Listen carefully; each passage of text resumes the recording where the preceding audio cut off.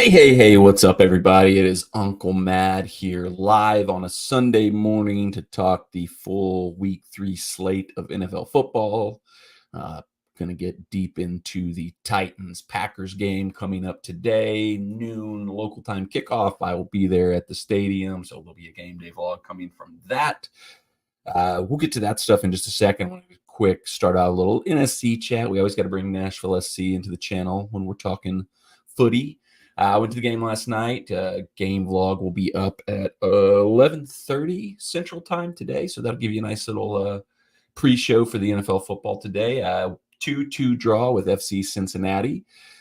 Things are looking better under BJ Callahan. You're starting to see things click into place. I don't think it can fully get to where he wants it, fully get to where his vision for the team is with the roster that was built to play Gary Smith's style of football, but you can see the positive steps. You can see things going in the right direction. I was going back and forth with my buddy at the game last night about, do I even want Nashville SC to make the playoffs?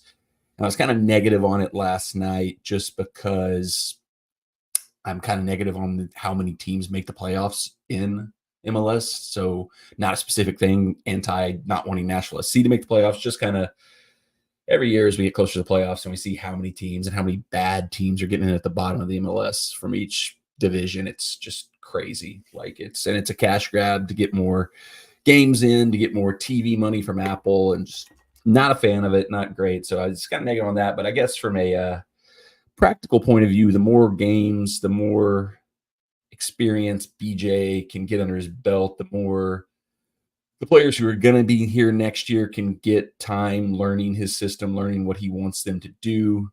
The more time he can assess who should be here and who should not be here next season, I guess that's better. So if we get one, through that, I would say we're probably going to be in the 9-10. Is it 9-10 or just 8-9, whatever? The playing game, if we get through that and then get like that first 3-game series against whoever, not the worst thing in the world for the future to kind of build off that and kind of get a little bit more experience, a little bit more time. So sure, yeah.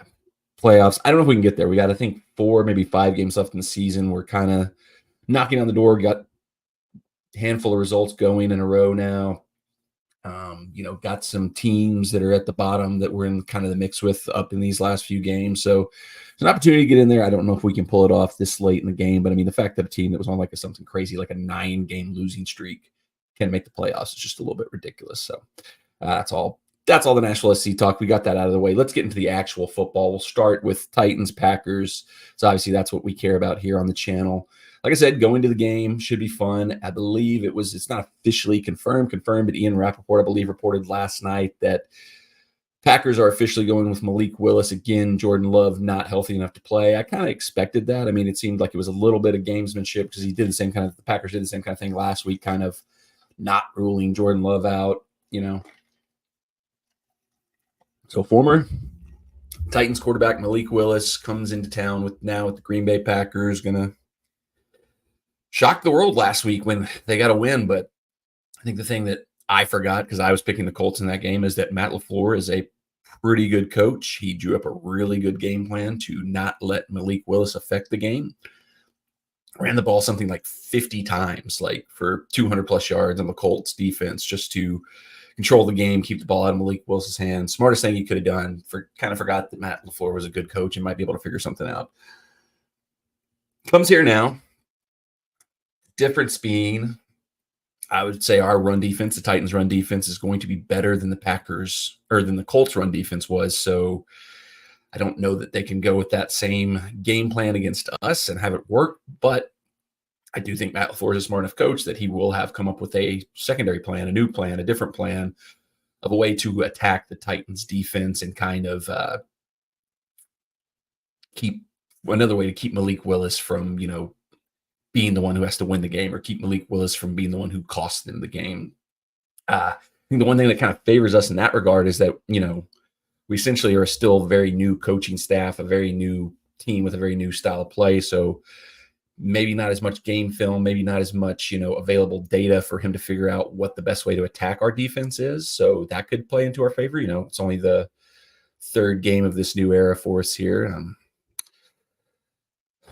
Going to be a tough one. I feel it's crazy that a team that's starting Malik Willis at quarterback, I'm sitting here thinking, man, it's going to be a tough game. It shouldn't be, but just based on what we've seen so far from the Titans this season, and once again, knowing Matt LaFleur is a good coach who can get some good stuff out of his team, it's going to be tougher than it probably should be, given the circumstances. But I go back to the last two games, winnable games that the Titans kind of crapped away, and I know a lot of the attention is on Will Levis. Obviously, the two huge mistakes in each game, but there's other things like you can't really. Those are so catastrophic and so spotlighted on that it's hard to overlook them. But I mean, there's other things that I think the Titans obviously need to fix to be able to really, get into a position to start winning games, because, you can overcome those mistakes if other things are happening, but the things we need to happen to overcome those mistakes aren't happening. Like, we're also very shaky in special teams right now. 2 block punts in 2 games. That's unreal. And I think it's like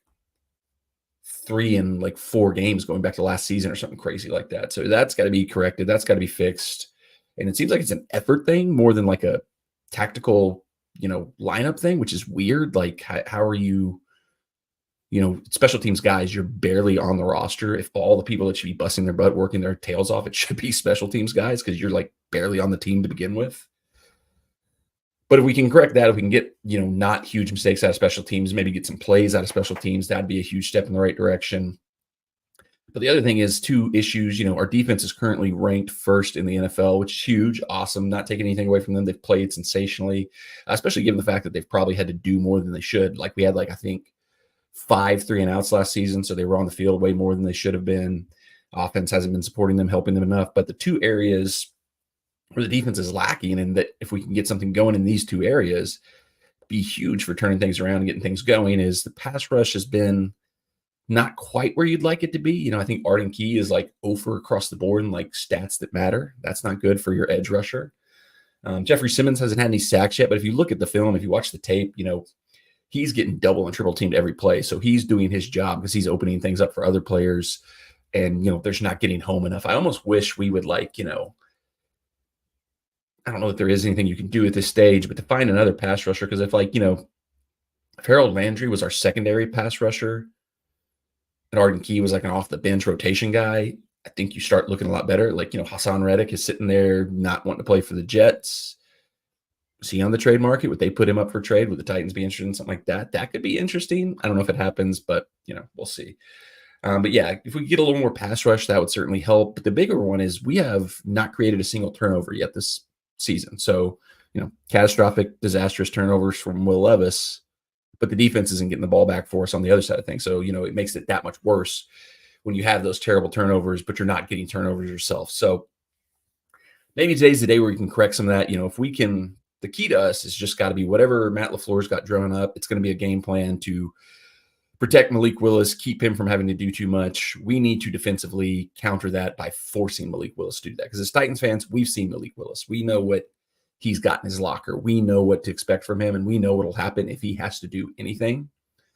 And that's what the Titans defense has to do, is find a way to force him to have to do stuff, because that's where the mistakes will come. That's where we can potentially start getting some turnovers and start getting this thing right. If Will Levis can just simplify himself, get, he said himself, rewire his brain, get those crazy, just catastrophic turnovers out of the game, he's pretty good. If you look at his stat line, you can't take the bad plays out. But if you take the bad plays out and look at his stat line, not a bad performance last week.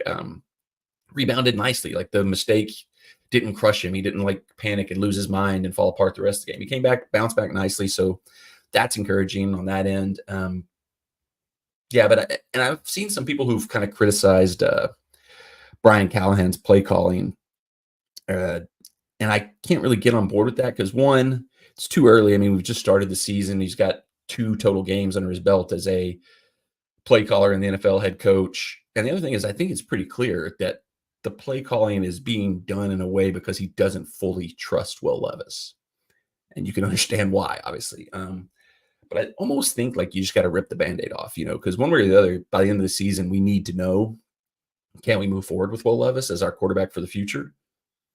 It's leaning a little bit on the no side right now, but, I think you just got to open it up. You just got to rip the Band-Aid off, let Will do Will, hope for the best. The conservative play calling is only going to slow us down more, I think. So would like to see him open it up a little bit more put a little bit more of the playbook out there, a little bit more of the options. I think that one thing, if I'm going back to Will Levis, one of the things I love about Twitter now is that there's all these people who post these like clips from like the all 22 or like the video of the game and kind of go back and break it down. So like when I'm watching on TV or if I'm live at the game, there's stuff I don't, see as well there. So I create these like Twitter football tape analysts that are out there doing the Lord's work for us.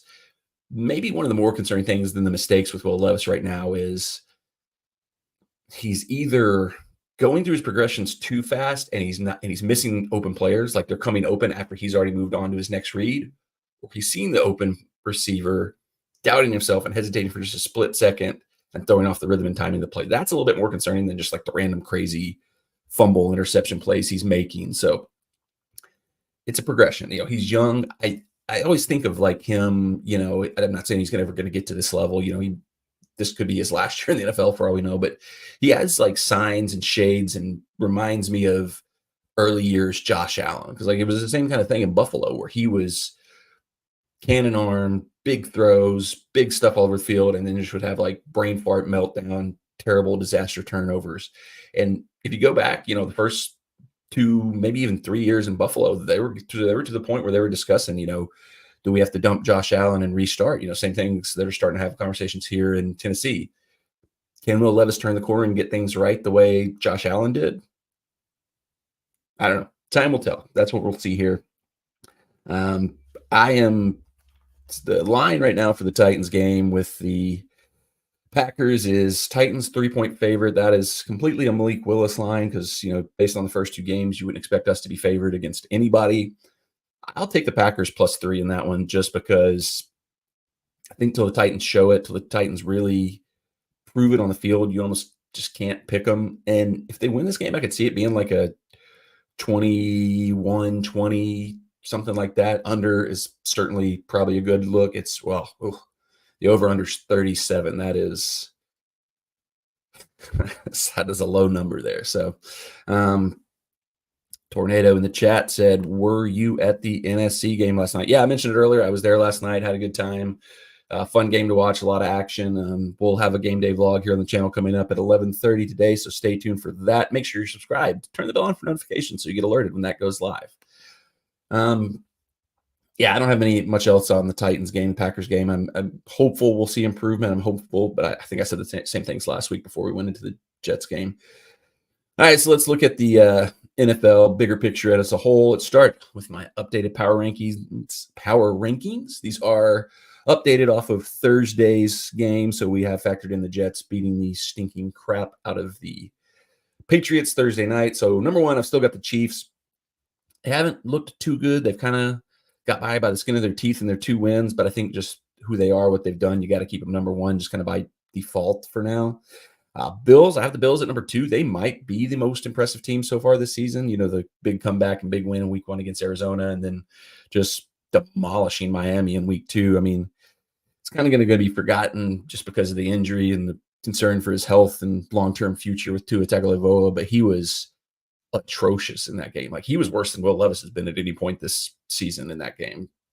So Bills, I got Bills at 2. This is probably too high, but I've been riding them for like the last year or so, so I'm going to give them credit where credit's due. I've got the Buccaneers at number 3, 49ers at 4. Weird game. What's going on? Are the Vikings actually legit? Is Sam Darnold back? Weird one. Got Texans at 5, Lions at 6, Cardinals at 7. They've been very impressive. Beat the brakes off the Rams. I did not see that one coming. Saints, maybe the shock of the season, how good they've been so far. They brought in a new offensive coordinator. His name Cole Kubiak, son of Greg Kubiak, and apparently they're now the 1999 Rams, it looks like. Chargers at 9. I'm really liking what they're doing there. It's just everything you would have expected out of a Jim Harbaugh team.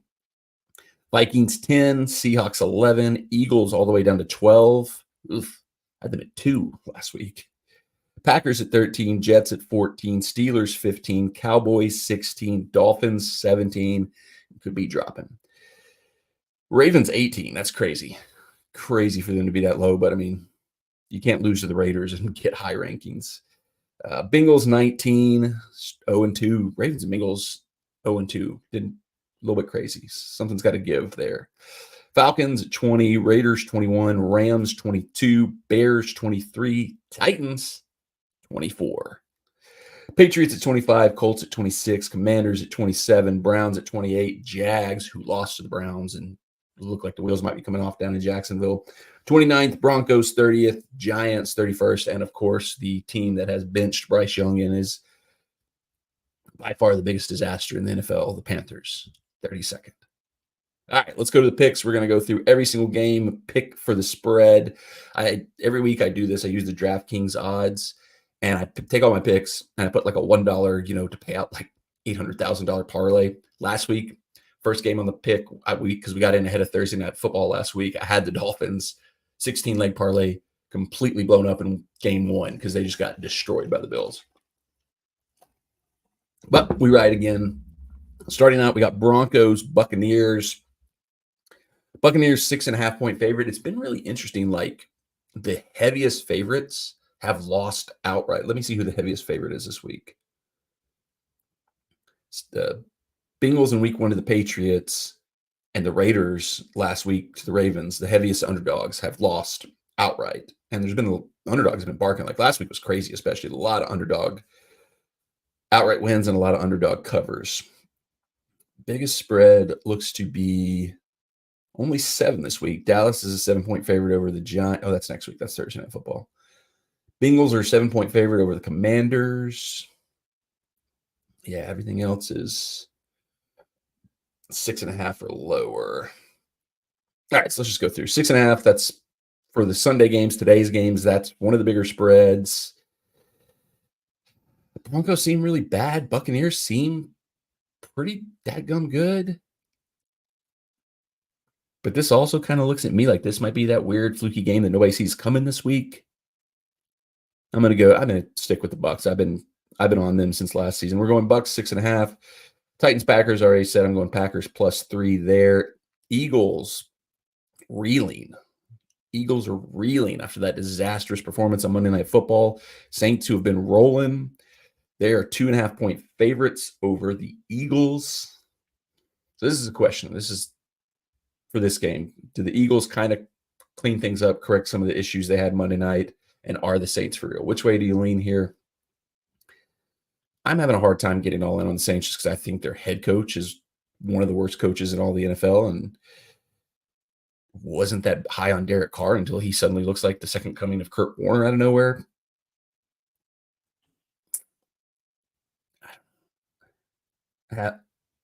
I'm leaning Eagles. I'm going to take Eagles +2.5 there. But if the Eagles lose this one, it's going to be trouble in Philadelphia. We know that. Giants, Browns. Browns 6.5-point favorite. Yeah, the Giants are terrible, but the Browns, their defense is really good. I mean, that's the thing they've got going for them. And you never know what you're going to get out of Deshaun Watson. 6.5 seems big though for any game.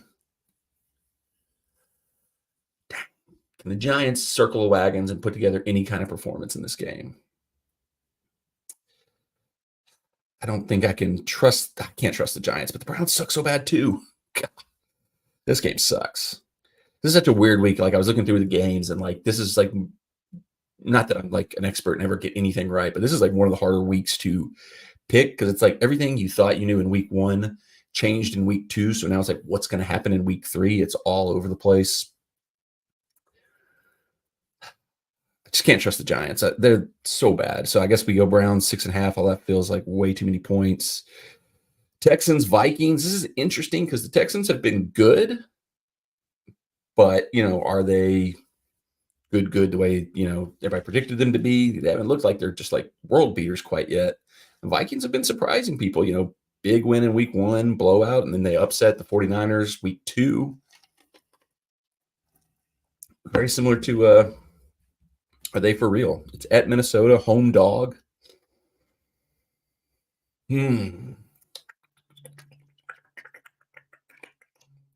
Tough one. Let's go Minnesota. I'm going to give Minnesota the benefit of the doubt. We'll see what happens there. Chargers, Steelers, 2 very similar teams that are just trying to run the ball down each other's throat and play good, solid defense. Steelers at home, it's always hard to pick against them at home. And there's questions if Justin Herbert's going to play. And if he does, how healthy is he? Man, in a lot of circumstances, I pick the Chargers here, but I'm going to go Steelers -3. Bears at Colts. Bears +1.5. Colts 1.5-point favorites. I don't know what to make of the Colts. They're all over the place, man. I thought there was no way they should have lost that game last week to the Packers, and they did. Bears, up, down, all over the place. I think they'll be able to get some stuff going this week, more so than the first 2 weeks, because the Colts defense is going to be nowhere near the level of the Texans defense and the Titans defense that kind of gave the Bears so many trouble. So I think the Bears can get some things going, can do some things here, but it's hard. They don't look like they have the full competency to really go and get it done. But the Colts, like I said, these games are so hard this week. Man, I'll go Colts, but I don't feel good about it. Colts -1.5. Panthers, Raiders. Panthers benched former first overall pick Bryce Young, who they basically traded everything in their whole franchise away to get Andy Dalton coming in. And I kind of was thinking, like, I was looking at this, like, oh, Andy Dalton, he's one of those guys. You put him in, he's going to be okay. He's going to be solid. But that team just sucks. Their roster all around them is just so bad. Like, I don't know that Bryce Young could ever have been a good quarterback, but he definitely could not have succeeded with the personnel they have there. And the Raiders beat them by 5.5 points. Gardner Minshew mania. The Panthers suck so bad. I have to go Raiders -5.5. Dolphins +4 at Seattle. This seems no Tua. Skylar Thompson coming in to quarterback the Dolphins. They have to go all the way from Miami. Like, that's got to be one of the longest trips you could make in the NFL, going Miami to Seattle. It's a little bit alarming to me that Seattle is only 4-point favorites. Like, what after that Bills game does anybody think Dolphins can do? This is one of those games where I feel like the line's a trap. I don't know which way the trap is. Is it trying to lure me in to pick the Dolphins because it's fishy? Dolphins fishy. See what I did there? Or is it trying to get me to take the Seahawks because it's a low number, but something weird is going to happen with Dolphins? This is definitely a trap game, and I don't know which way the trap's set. But even before Tua went out, the Dolphins looked terrible, so I can't imagine they're going to look better with their terrible backup quarterback coming in. But thought the same thing about the Packers last week. Let's go Seahawks, -4. Ugh, don't trust it at all. Rams, 49ers. 49ers, 6.5-point favorites. Oof, that was a rough one for the Rams. I kind of like the Rams coming into the season, but they've just been so beat up, so injured, just got absolutely slaughtered by the Cardinals last week. There's like some weird sequence where in the AFC West, each team kind of has one of the other teams in the NFC West number and always wins. And I kind of think McVay always beats Shanahan. So that makes me kind of like the Rams here, but they're just so beat up. They're so injured. I think the 49ers bounce back. 6.5 is such a huge number in that game, but the Rams got just slaughtered last week, and they're so decimated with injuries. I hate taking this big numbers on some of these, but I'm going to go 49ers -6.5. Lions, Cardinals, this might be the game of the day if these two teams come out the way they're capable of coming out. Lions, 3-point favorites. I think I'm going to lean there. I like what the Cardinals are doing. They're looking good, but I think this is kind of their working through some things, getting their season. Lions kind of had that like 2 seasons ago, so I think the Lions are – you're all right. I think the Lions are a little bit ahead. I think this will be a good test for the Cardinals. I think they're on their way to being a good team, but I think the Lions already are a good team, so we're going Lions -3. Ravens, Cowboys. I'm taking this just because, like, the Ravens, to me, should be one of the top 3, top 4 teams in the league, and they're 0-2, and they're just, like, barely 0-2. Like, if Isaiah Likely's toe is an inch inbounds, they maybe go for 2. They get that touchdown, maybe go for 2. Beat the Chiefs in week 1. Had, like, a wonky pass interference play at the end of the Raiders game that gave the Raiders a chance to win that one. So Ravens have to win this game because they're in a really weird spot if they start 0-3, and the Cowboys are just, what's going on there? Who knows? I'm taking the Ravens -1, basically a money line play. Chiefs, Falcons, Sunday night football. Chiefs -3, Falcons +3, coming off a good performance on Monday night. I think people are going to be a little bit high on the Falcons because of that win, but they kind of like, the Eagles just kind of let them hang around. Like, there wasn't like the Falcons were doing anything great throughout the game. The Eagles just didn't do enough to put them away. Could have, Saquon Barkley doesn't drop that ball late in the game, it's over. The clock runs out.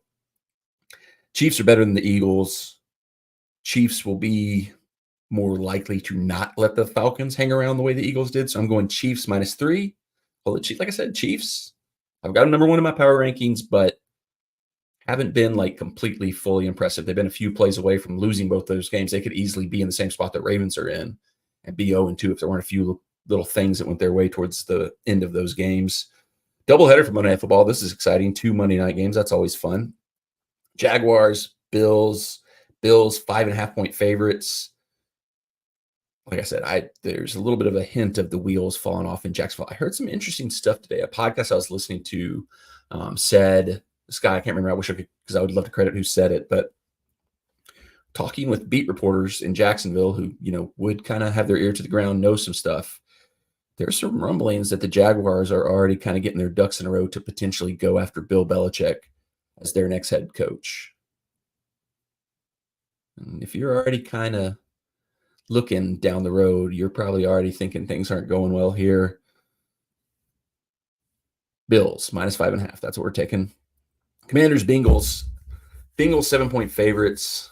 Haven't looked good so far this season. They're 0-2. Commanders 1-1. They beat the Giants last week with like 7 field goals or something crazy like that. Commanders defense is terrible.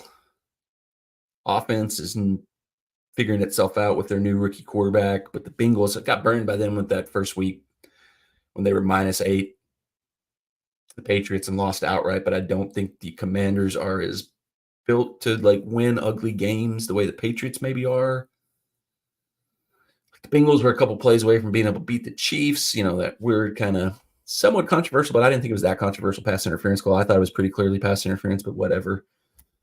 7 is just such a big number, especially for a team that has not looked good this season in the Bengals. What do we do? I feel like I've taken too many favorites. So just on that principle alone, I'm going to go Commanders +7 just because I feel like I've taken way too many favorites this week. All right, let's go through the full slate of games. We have Packers +3, Bucks -6.5, Eagles +2.5, Browns -6.5, Vikings +1.5, Steelers -3, Colts -1.5, Raiders -5.5, Seahawks -4, 49ers -6.5, Lions -3, Ravens -1, Chiefs -3, Bills -5.5, Commanders +7. That is a 15-pick parlay that will be +1,754,484. So we're going to put $1 down to win $17,000 if all 15 of these picks hit. Wish me luck. Bet's locked in. It's going to lose on the very first leg, just like we did last week. All right, we're going to wrap that one up. I think I'm thinking Sunday mornings might be where we kind of place the live streams going forward for NFL season. It's just a good kind of get the day going, get started, talk a little football, and then go out and watch the football. One bad thing is that I can't get ahead of the Nashville SC games to kind of preview them, but I don't really have much to say in terms of previewing Nashville SC right now. I think we are what we are. I think everything I've said in previous videos, previous streams kind of speaks to what I'm seeing from the team right now. So I'm leaning towards Sunday 9:30 probably being the locked in live stream spot going forward. So watch this space. Like I said, subscribe to the channel, turn the bell on for notifications so you'll always get alerted whatever we do. Today, in just like an hour and a half from now, I think I've got it set to go live at 11:30 Central Time. Game day vlog from last night's match at FC Cincinnati. We sat in the upgraded premium club seats, so I had a cool experience over there. Today, heading down to Nissan Stadium, going to see this game between the Titans and the Packers. So there will be a game vlog from that. And guess what? 2 days in a row, Sports Ball. Jesta is going to the game with me today. She went to the game with me last night.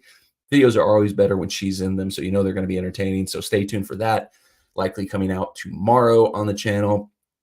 That's pretty much it for this one. Just chatting a little football, getting ready for week 3 of the NFL season. Thanks for tuning in. Thanks for watching. As always, enjoy your life. Enjoy your bagels.